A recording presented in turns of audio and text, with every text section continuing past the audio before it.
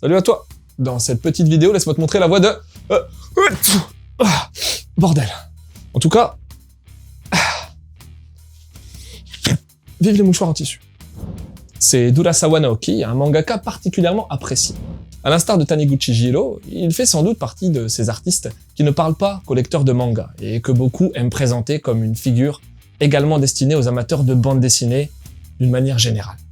Et qu'on soutienne ou non cette vision élitiste, on ne peut nier le talent du monsieur, le fait qu'il ait marqué plusieurs générations de lecteurs et que chacun de ses ouvrages est un petit événement dans l'édition française du manga.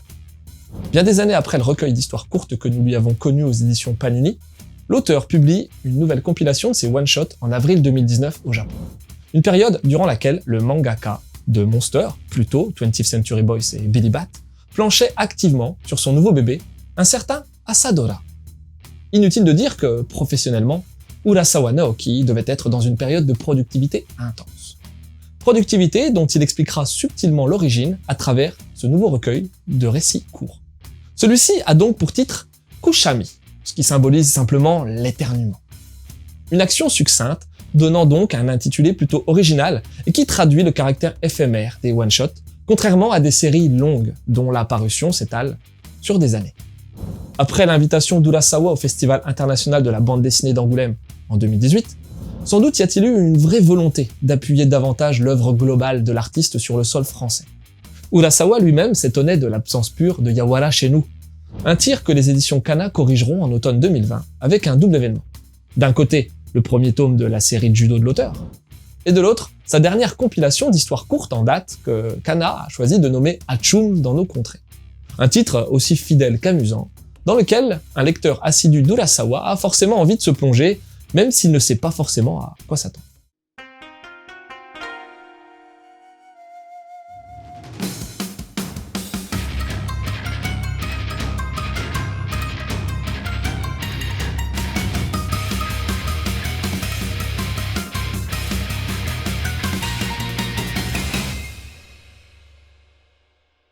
Et mieux vaut ne pas avoir d'attente quand on ouvre le recueil, puisque les différents travaux de l'auteur, publiés en ces pages, abordent des registres et des intentions particulièrement variées.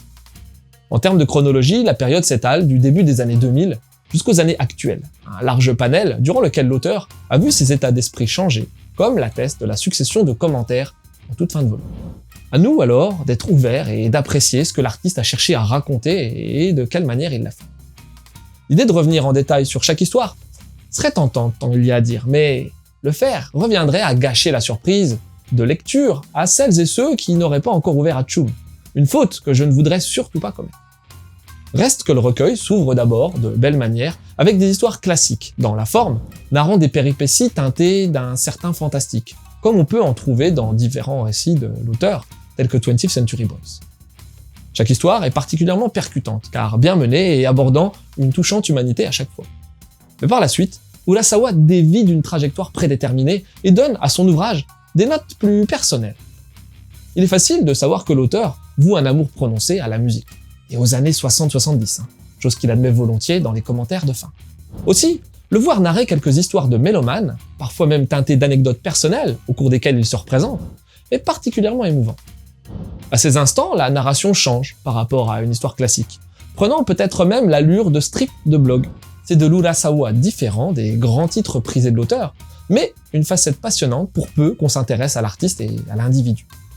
Et dans cette optique personnelle, les dernières histoires apportent une conclusion intéressante, puisqu'elles sont purement générationnelles, abordant notamment les kaiju et héros de tokusatsu, des genres très ancrés dans la jeunesse de l'auteur.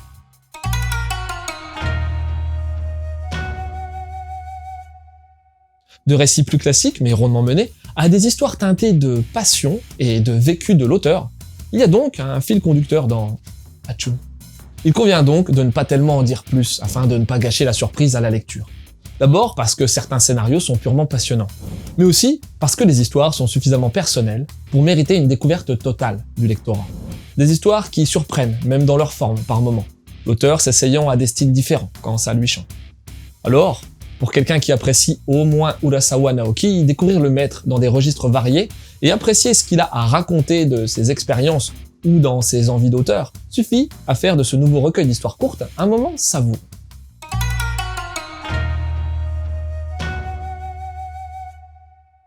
Après Hatsum, on a la satisfaction d'avoir relu le mangaka et sa patte inimitable, et peut-être même de connaître un tout petit peu mieux l'individu à l'origine de toutes ces planches.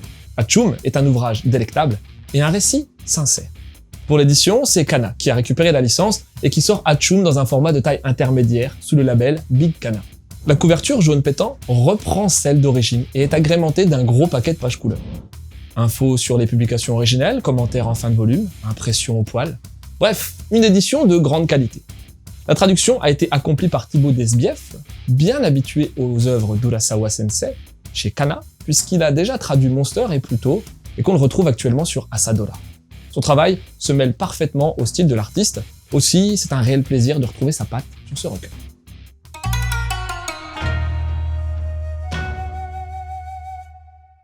Et pour aller avec cet éternuement, je vais pas être très original, mais t'as Yawara, et oublie pas le point d'exclamation. Titre culte prenant place dans le monde du judo. Je t'en dirai pas plus puisqu'un mangado en lien est dans la place. Arrivé. Ensuite, un de mes coups de cœur de l'année passée, Asadora. Du Urasawa au sommet de son art. Et pour plus d'infos, y a mangado. Enfin, si tu veux creuser le sujet, je t'invite à lire Naoki Urasawa, L'ère du temps. Un livre qui va tenter de décortiquer Urasawa, sa carrière et ses influences. Voilà, c'était Loud. J'espère que cette petite chronique t'aura donné envie de lire. Non, c'est bon, Hatsum. Je te laisse et continue de suivre la voie du manga.